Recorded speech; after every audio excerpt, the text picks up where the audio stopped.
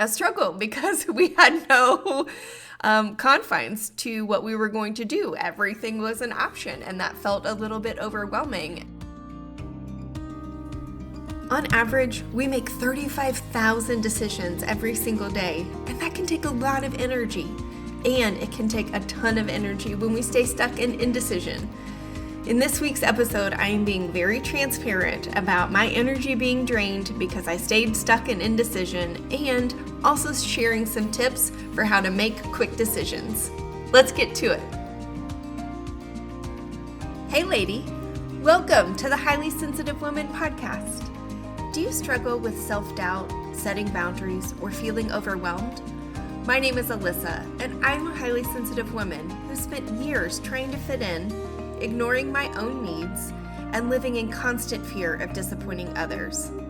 But I finally discovered the power of embracing who I am, and now I don't feel so broken. In this podcast, you'll learn to find your voice, set boundaries, and live with bold confidence and inner peace. Grab a cozy blanket. It's time to connect with someone just like you. This is such an exciting week for me. At the time of this recording, it is Sunday, April 13th, and it is exactly 2 years to the day that I started my coaching business. And I am just so excited about everything that has happened the last 2 years, and also just honored that some of you have chosen to have me as your coach, and it has been an absolute pleasure for me to be part of your journey. And I wanted to share a review from someone who kind of talks about my coaching. The title of this review is Someone to Trust. It says, Alyssa has been doing all the work that she talked about, and that makes her the perfect guide for someone who wants to know how to better love and take care of herself. She is wise and caring and such a great coach. So thank you so much, Sarah, for that review. It really means the world to me. And to all of my clients, just thank you for allowing me to be part of your journey. And I know I said that already, but it really is such an honor, and it means so very much to me that you trust me to be vulnerable and to share the things that you are going through, and to allow me to be part of the celebrations as you are implementing some of the skills that we are talking about. And so yay for 2 years in the coaching business, and I'm just so excited to see what year 3 has in store. Today, I am talking about making decisions and how that can drain our energy. And I just want to be really vulnerable about what the last week has looked like for me. I actually wasn't like super busy as far as my calendar wasn't super full, but I found myself at the end of the week really drained. And I just wanted to like reflect on that and see, where did all of my energy go? And some of the energy went to other people, and that's understandable, right? But I recognized that a good bit of my energy went to decision making, and in full transparency, kind of staying stuck in indecision. So those of you who know me well know how much I absolutely love the theater and have had season tickets for decades. And since being back in Indiana, I have season tickets with my parents, and we had tickets this past weekend, and they were not able to go. So thankfully we were able to sell their tickets, and some people got to enjoy those, but my ticket didn't sell. And so I was left with the decision of, am I going to go to the show by myself, or am I gonna essentially let my ticket go to waste? And it was really tough for me, honestly. I struggled, and it was a major internal battle of reasons that I wanted to go and reasons that I wanted to stay home. And I stayed stuck in indecision for the entire week, and honestly right up until like the last few minutes before I had to decide if I was going to go. And ultimately what I ended up doing is I decided to go, but I went early because one of the things that was A reason that I was having in the I don't want to go column was the traffic and dealing with the traffic. And maybe you can also relate to that. So I chose to leave early and I took my devotional with me, and it was a gorgeous spring evening. And so I just sat in my car and I read my devotional and had some quiet time and just enjoyed the sunshine. And it ended up being a lovely evening and it worked out just fine. Another contributor with regard to decision making was I had plans with a friend of mine to get together on Saturday evening, and in the week leading up to it, we were trying to decide what are we going to do, and both of us can struggle a little bit with making decisions.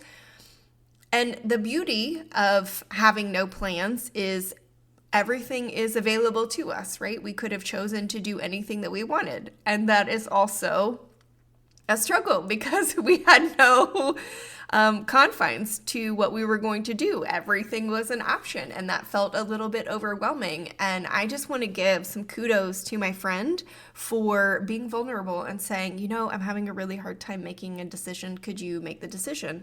Because I have been in that position and can struggle sometimes and need to turn the reins over to someone else to make the decision for me. So I get it, and I very much appreciated her transparency. For me, I also was a little overwhelmed by all of the options.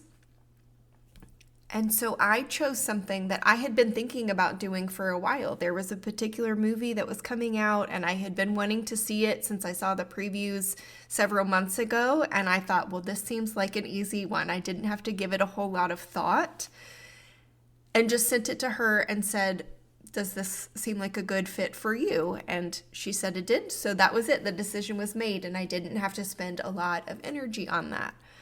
Then it came time to deciding where we were going to go to dinner before the movie. And again, I offered it to her so that she could choose someplace that she wanted to go. And again, she was like, there are so many options where we are going. I just feel a little bit overwhelmed. And again, I can relate to that. So I chose a place that I have been to in that area before, and I knew it had choices that I liked, sent it to her. She said, yes, this sounds great. So again, I didn't have to put a whole lot of thought and effort into making that decision. So sometimes we have more energy to explore something new, and that is wonderful. And I encourage you to capitalize on those moments when you are feeling very adventurous and you want to try something new. Give it a go.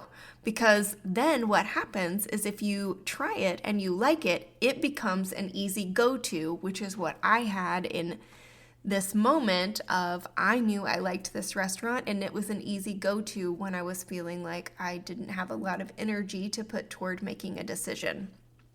Something else that I want to talk about when it comes to our energy and decision making is when we find ourselves being drained from our energy, sometimes we need to kind of take a break. And for me, what happened was Saturday afternoon, before meeting with my friend, the week of staying in indecision or just overall my energy being kind of low, I found myself really, really drained on Saturday afternoon.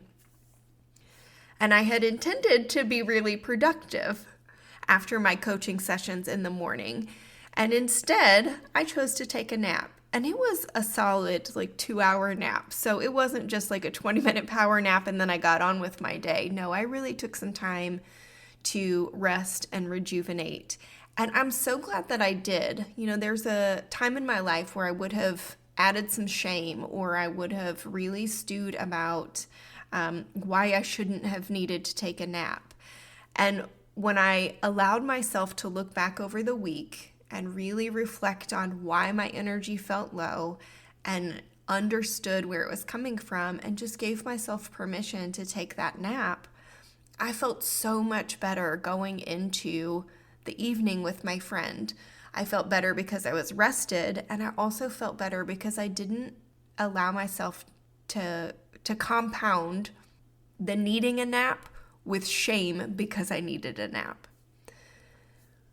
And I talked about that when I got together with my friend about how I had taken a nap, and she too is a fan of naps, so she could relate. But then that led us to having a conversation about self-care. And one of the things that she does for herself is she schedules a self-care bath. Let me be clear, she showers every day.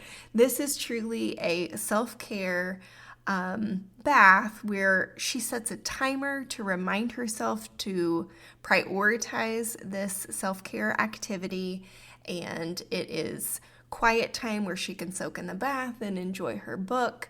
And I just want to pose this question to you. What types of things are helpful to you that you could schedule or just tap into in the moment that would allow you to take some time to rejuvenate? For me, it was taking a nap. For my friend, it's scheduling her baths. What does that look like for you? Because there is nothing wrong with taking care of yourself when you have drained your energy. And I also want to give you an activity for this week to do kind of an energy audit. And where is your energy going? And is it coming from a place of indecision? There's nothing wrong with that, but I would just be curious to know, is the energy depletion coming from activities where you are physically engaging with something, whether it is a task at home or you're getting together with friends, or is some of your energy expenditure coming from mental energy that you are spending perhaps on making decisions or perhaps staying stuck in indecision? If one of the decisions that you have been trying to make is whether or not you would like a life coach, I would love to have a conversation with you. And ultimately, the goal of a consultation would be to get to a yes, I think I would like to work with you as a life coach, or no, I don't think I would. And either one of those answers is totally fine. The goal is to just make a decision. You can send me a message at info@lifecoachalyssa.com. Until next week, take care. I hope you enjoyed today's episode. If so, would you take 30 seconds and share it with a friend who may be feeling like she's broken too? I'd love it if you'd leave a quick review for the show on Apple Podcasts. It brings me so much joy to know this podcast is helping you. Now it's time for me to stop talking and go soothe my senses in nature. I'll meet you back here next week for another episode. Take care.